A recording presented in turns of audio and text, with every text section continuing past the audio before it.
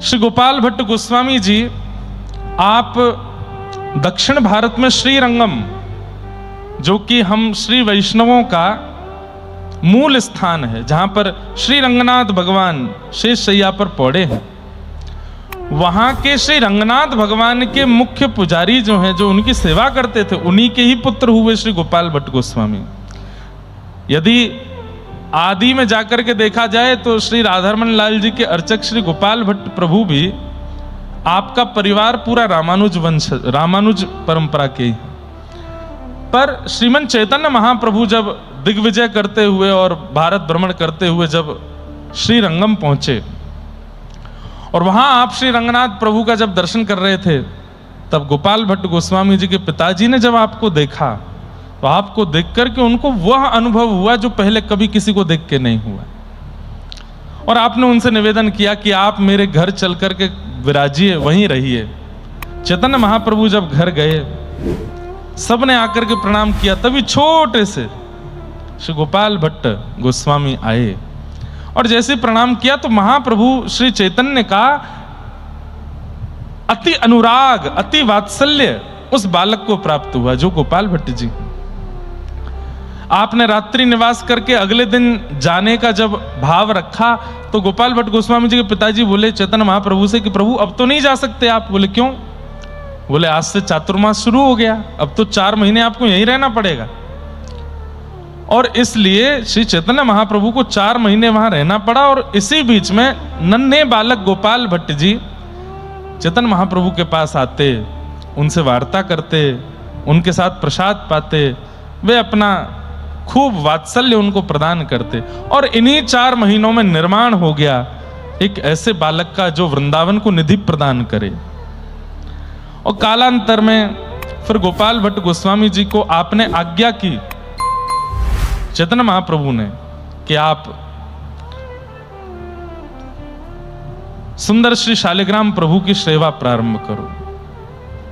और तब मुक्तिनाथ से, जहां हम अभी कथा करने जा रहे हैं, यहां कथा 4 को विश्राम करके 6 से बंबई के पास उल्लासनगर में कथा करेंगे और वहां कथा विश्राम करके फिर कुछ दिन इधर उधर प्रवास करते हुए 21 तारीख से श्री मुक्तिनाथ धाम में कथा है, नेपाल में, जहां मुक्तिनाथ मंदिर से थोड़ी ऊपर ही दामोदर कुंड है, जहां से श्री शालिग्राम भगवान प्रकट होते हैं।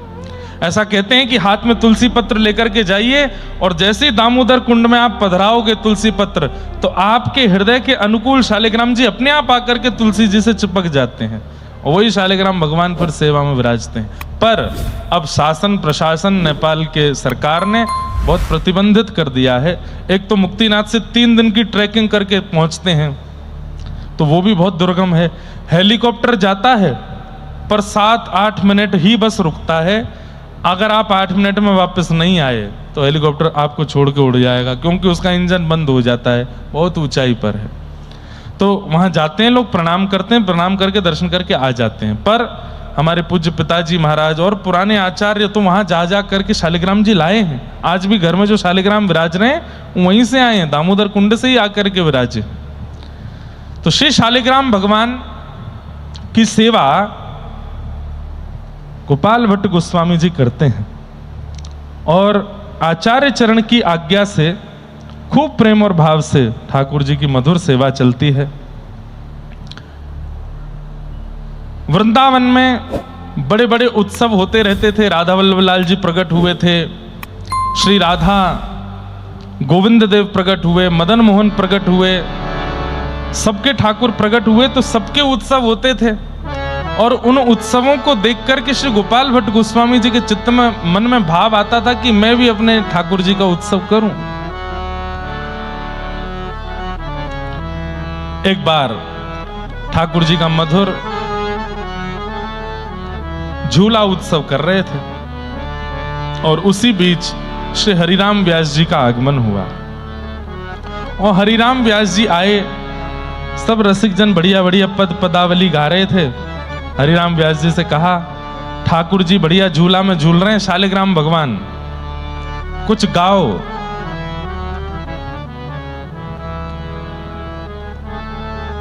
हरिराम व्यास जी ने पहले तो ठाकुर जी को देखा शालिग्राम भगवान। बोले अब इनके लिए क्या गाएं, इनकी आंख नाक कान मुंह कढ़ी में बोरे, मानहु भटा कढ़ी में बोरे, मानव भट्ट कढ़ी में बोरे, अंग लगायो चंदन,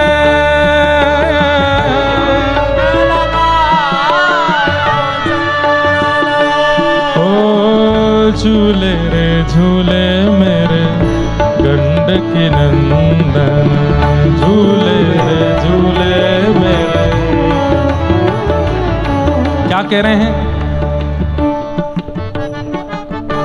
अब आप अपने ठाकुर जी का उत्सव करो और कोई आकर के आपके ठाकुर जी को गा तो रहा है लेकिन उसमें कुछ ऐसी बात बोलते, बोले क्या बोल रहे हैं?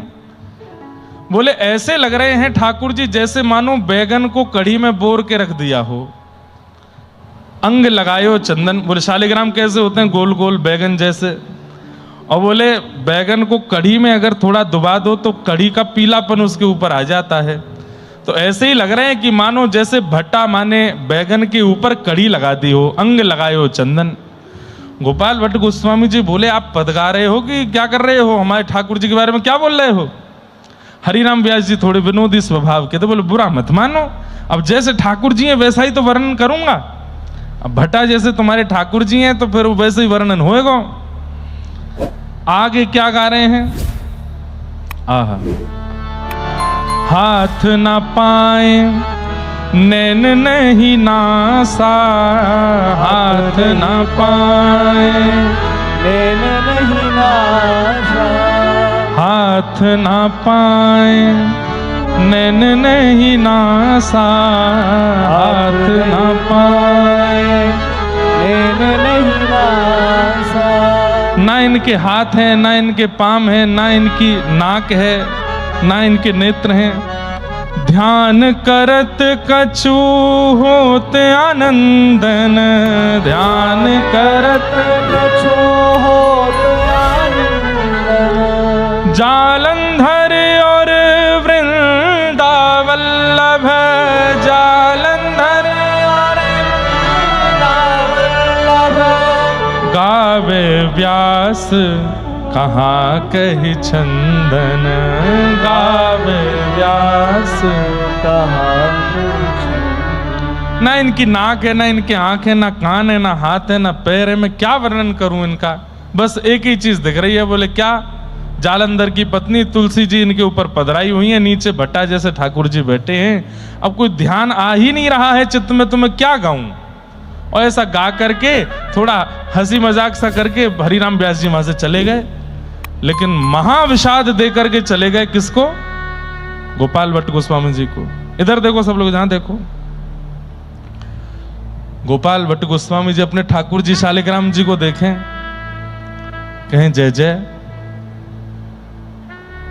गोविंद देव जी के नेत्र हैं, मदन मोहन जी के नेत्र हैं, गोपीनाथ जी के हाथ पैर हैं, मेरे राधारमण प्रभु के कोई कुछ क्यों नहीं है?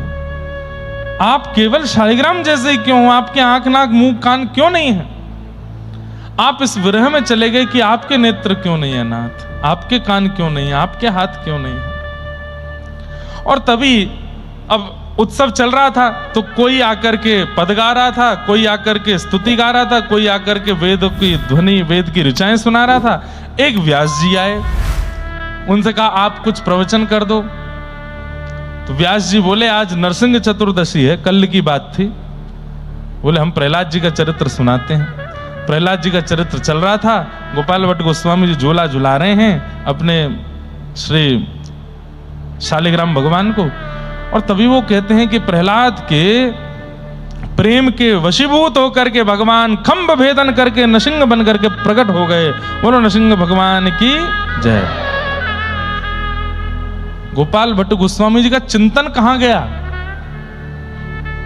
बोले आप खंभ से प्रकट हो सकते हो तो शालिग्राम से क्यों नहीं? और आप तो बस जिद में अड़ गए। बोले नाथ जब प्रहलाद के लिए खंभ भेदन करके आ सकते हो तो मेरे लिए शालिग्राम से नहीं आओगे? रात भर विरह। बंधुओं एक बात तो माननी पड़ेगी, विरह प्रकट करता है ठाकुर जी को। मैं ये बात हमेशा कहा करता हूं कि प्रेम लक्षणा भक्ति में यदि नेत्र सजल नहीं होते हैं, ठाकुर जी की याद में, ठाकुर जी के स्मरण में कथा सुनते हुए यदि नेत्रों से अश्रुपात नहीं होता है, बहुत दूर हैं ठाकुर जी आपसे।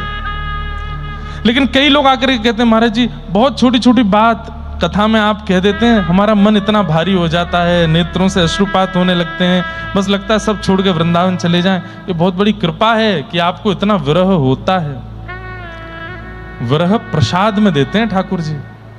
आजकल लोगों को प्रेम मिल जाता है, भक्ति मिल जाती है, ज्ञान हो जाता है, वैराग्य हो जाता है, पर विरह नहीं मिलता, विरह नहीं मिलता। बहुत प्रयास करता हो वृंदावन जाने के और हर बार वो विफल हो जाता हो, समझ जाओ ठाकुर जी उसको विरह देना चाहते हैं। और एक बार तो ऐसा हो जाए कि बस रोने लग जाए वृंदावन की याद में, व्याकुल हो जाए वृंदावन के लिए, समझ जाओ कि अब चित्त पवित्र हो रहा है, अब शुद्ध हो रहा है हृदय। इतना विरह हुआ श्री गोपाल भट्ट जी को कि नाथ आप क्यों प्रकट नहीं हो रहे हैं, और रोते रोते रोते आप सो गए। सुबह यमुना स्नान करने के लिए चले गए, आकर के अपने ठाकुर की सेवा करनी थी, लेकिन अभी भी विरह में ही थे। यमुना स्नान करते हुए भी रो रहे हैं, वापस आते हुए भी रुदन कर रहे हैं कि मेरे ठाकुर जी शालिग्राम ही क्यों हैं, क्यों इनके आंख नाक मुख क्यों नहीं है। आपने दीप प्रज्वलित करके जैसे ठाकुर जी की मंगला के लिए शालिग्राम भगवान के सन्मुख बैठे तो क्या पाते हैं कि वहां तो शालिग्राम जी के सिंहासन पर एक कपड़ा ऐसे उठा हुआ है, जो रात्रि में चद्दर सी उड़ाई थी ठाकुर जी को, वो उठी हुई है, मतलब ऐसे खड़ी पर किसी ने डाल दिया हो। आपने पहले विचार किया कि कोई सर्प आदि तो नहीं आ गया है, तो क्या है। और जैसे ही कपाट खुले हैं, मानो उस पर्दे को हटाया है, उस आवरण को हटाया है। श्री राधा रमण लाल की ऐसे सुंदर ठाकुर जी के मधुर चरणार विंद हैं। उसके बाद ऊपर देखा तो ऐसे सुंदर घुटने हैं, ऐसी सुंदर जंगा है, आहा। उधर देख करके तो गोपाल भट्ट गोस्वामी जी अति आनंदित हो गए। वक्ष का दर्शन करके तो मानो हृदय पर आलिंगन करने की इच्छा होने लगी। ऐसे गदमदरा से ठाकुर जी की भुजाओं को देख करके तो नेत्र सजल होने लगे। और जैसे ही मुखमंडल का दर्शन किया, श्री गोपाल भट्ट गोस्वामी जी तो वारे वारे जा रहे हैं। लेकिन तभी आपने मन को समझाया, अरे किसके ठाकुर जी हैं, पता नहीं किसके हैं, मेरे शालिग्राम प्रभु कहाँ हैं। आप उनको ढूंढने लगे और जैसे ही नहीं मिले तो आपने उन ठाकुर जी को जब उठाया, हाथ उठाने के लिए जैसे ही पीछे गए तो पीछे कमर के पास ही श्री शालिग्राम भगवान, उन्हीं में से श्री राधा रमण लाल प्रकट हो गए। और प्रकट होकर के श्री गोपाल भट्ट गोस्वामी जी को सुख प्रदान किया। ऐसे वृंदावन के प्राण धन, अति प्यारे, अति सुंदर कथा आती है कि गोपाल भट्ट गोस्वामी जी रोज गोविंद देव, गोपीनाथ और मदन मोहन जी दर्शन करते थे। और आपके मन में भाव आता था कि ऐसे ठाकुर मेरे हों, ऐसे ठाकुर मेरे हों, गोविंद देव जी जैसे नेत्र हों और गोपीनाथ जी जैसी कमर हो, मदन मोहन जी जैसे चरणारविंद हों। और वही हुआ। श्री राधारमण लाल जी तीनों ठाकुरों का मिलित स्वरूप हैं, गोविंद देव, गोपीनाथ और मदन मोहन। मुखमंडल श्री गोविंद देव जैसा है, वक्ष और कटी भाग श्री गोपीनाथ जी जैसा है और चरणारविंद मदन मोहन जी जैसे हैं। ऐसे त्रिलोकी नाथ अत्यंत सुंदर श्री राधारमण लाल वृंदावन में प्रकट हुए। पुनः बुलाया गया और सब आचार्य आए। हरिराम व्यास जी आए। हरिराम व्यास जी आए, बोले वही गंडकी नंदन जी का उत्सव है क्या? बोले हाँ आओ। गंडकी मतलब नदी गंडकी, और उससे जो प्रकट हो गंडकी नंदन। अब जैसे ही जाकर के दर्शन किए, महाराज रूप झांकी देख करके अब हरिराम व्यास जी रो में। गोपाल भट्ट गोस्वामी बोले क्या कह रहे थे? मानो भट्टा कड़ी में बोरे। अब देखो अब कैसे लग रहे हैं। आहा, चांद सा सलोना मुख, लटें घूंघरारी हैं, चांद सा सलोना लटे घूंघरारी, भोए हैं कटीली आंखें तिरछी कटारे ओ हैं। भोए है कटीली आँखें तिरछी कटारी। होया को चंदन सो महके बदन हो मेरा या पे अटक गया मन ओ मेरा या पे अटक गया। राधा रमण मेरो राधा रमण रे राधा रमण मेरो राधा रमण रे राधा रमण मेरो राधा रमण राधा रमण राधा रमण। मोर मुकुट साजे छवि अति प्यारी मोर मुकुट साजे छवि अति प्यारी। ओ मोर मुकुट साजे छवि मनोहारी मोर मुकुट साजे री गलबन माल सोहे जाऊं वारी वारी गलबन सोहे हो जाऊं यशोदा दुलारी। ओ हे नंद नंदन यशोदा दुलारे हे नंद नंदन यशोदा दुलारी। राधा रमण वृंदावन वारे। राधा रमण राधा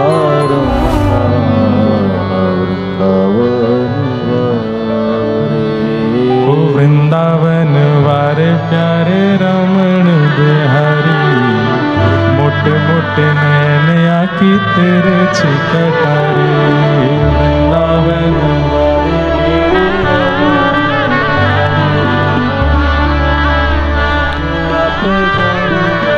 देखो हमारे संग वालों को याद नहीं है, हमारे सब वैष्णवों को याद है। ले अरे राधा रमन जी और गिरधर लाल जी एक संग हैं।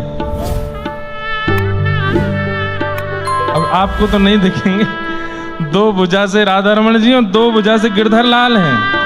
वाह, महाराज जी को दर्शन कराओ। लाला महाराज जी जहां विराज रहे हो इनके दर्शन करा के ले, बहुत सुंदर।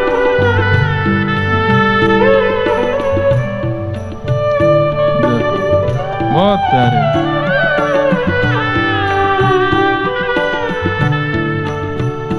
ओ वृंदावन वारे प्यारे रमण बिहारी मोटे मोटे नैन आखी तेरे छिकटारे वृंदावन वारे मोटे मोटे नैन आखी तेरे छिकटारे। ओ मत जइयो हाँ मत जइयो मत जइयो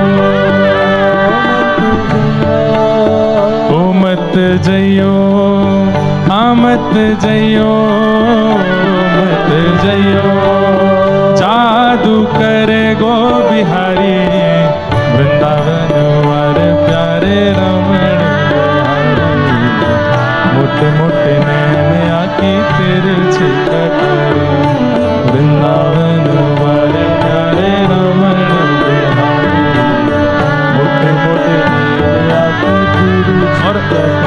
इस पद की जो अंतिम पंक्ति है ना, वो लाल जी के भाव हैं। श्री गिरधर लाल जी भी बहुत प्रेम करते हैं राधा रमन जी से, और प्रतीक्षा कर रहे हैं कि किसी दिन श्री राधा रमन लाल जी और गिरधर लाल जी का मिलन होगा, दोनों एक साथ मिलेंगे, एक साथ झूमेंगे। वैसे अंतरंग लीला में तो झूमते ही हैं, पर कभी हम वैष्णवों को भी पता नहीं, ऐसा हो तो नहीं सकता है, लेकिन लाल जी प्रतीक्षा कर रहे हैं कि कभी राधा रमन लाल जी मुझसे मिलें। और श्री लाल जी क्या गा रहे हैं? एक दिन श्यामा संग आओ वन चारी, एक दिन श्यामा संग आओ वन चारी। ओ एक दिन श्यामा संग आओ वन चारी,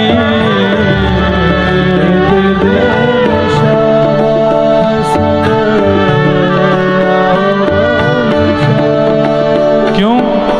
ओ गिरधर लाल जो है बाट तिहारी, गिरधर लाल जो है बाट, ओ बाट तिहारी। संग मेल संग मेल संग मेल बरसाओ प्रेम रस भारी, राधा रमण राधा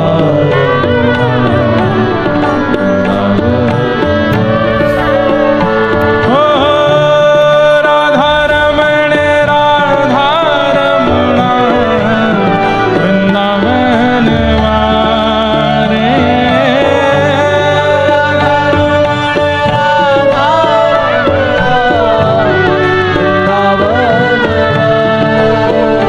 ओ हे नंद नंदन यशोदा दुलारे,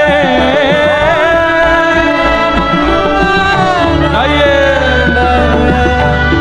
यशोदा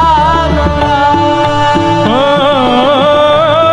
हे नंद नंदन यशोदा दुलारे, हे नंद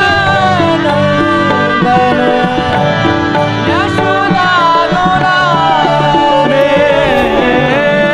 राधा रमण राधा रमणा वृंदावन वारे, राधा रमण राधा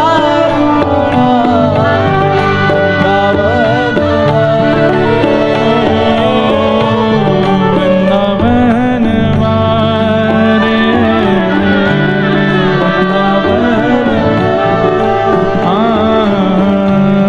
वृंदावन वारे। श्री राधा रमण लाल की। ऐसे प्यारे राधा रमन लाल जी को बारंबार प्रणाम करते हैं, बारंबार वंदन करते हैं।